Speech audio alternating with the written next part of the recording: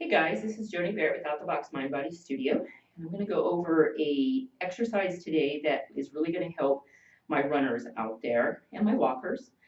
I'm going to speak to it in terms of running, but it is a hip hinge. So first of all, just to talk a little bit about the musculature that we're going to find. So here at the front, you're going to find your hip points. You have what's called your transverse abdominis, and it comes across the hip points, connects to the pubic bone, and the line of pull is this way. And what it does is it gives support to the pelvis. It is a muscle, though, that has to be in position for it to be the most effective. So I'm going to have you come into a setup of big toes touching, heels slightly apart. Knees are not locked out, but as much as possible, the legs are straight. So I'm going to show it from the side.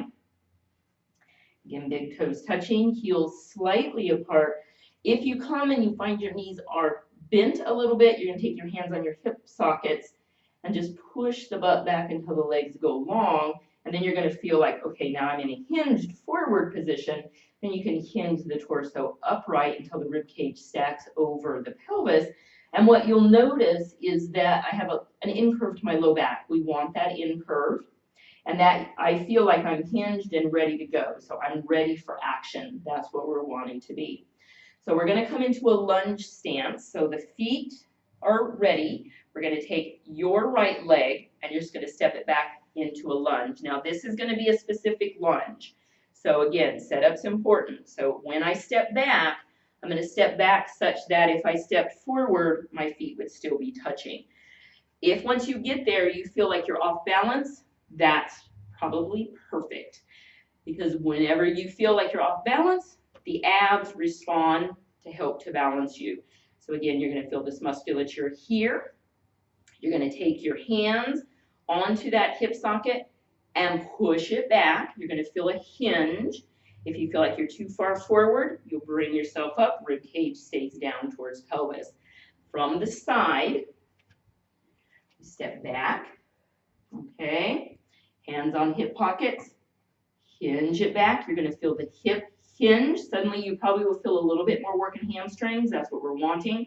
Abs suddenly have to do a little bit more, this lower part of the abdominal. If you feel like I'm too far forward, hinge up, rib cage drops down. Now from here, I'm going to have you place the hand onto the glute, the other one on the hip socket. And this is your monitoring hands. So we're going to take the back foot and come up onto the toes. The back knee does not lock. And slowly bring that back heel down. It doesn't have to touch. Go with your range of motion. And up and back down. So that's the action. Now what I want you to notice is as you come up, you feel the action of the hip. Or you just feel like your butt and your hamstrings are working a whole lot more.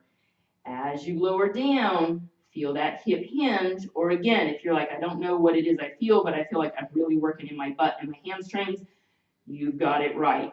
The other place that you're going to really feel a lot of work is going to be up here at the top of the thigh, and this is one of the quadricep muscles, the hip flexor. It should be working as well, and inner thigh. So you can do about 10 of these.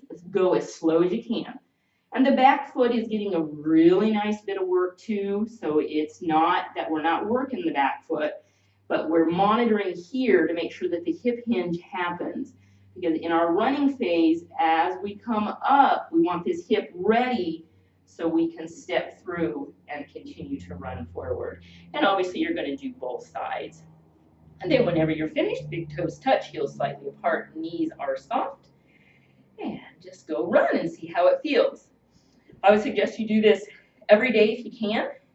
And just see what you see. See if once you feel it here, you can feel it in your run. If you're interested in more, I have some workshops coming up. You can go to my website, otbfit.com. You can go to my YouTube channel, Out the Box Mind Body Studio. And I also have a Facebook page, same name, Out the Box Mind Body Studio. And there'll be lots of other tips. And I hope you guys all have a great day. Thank you for joining me.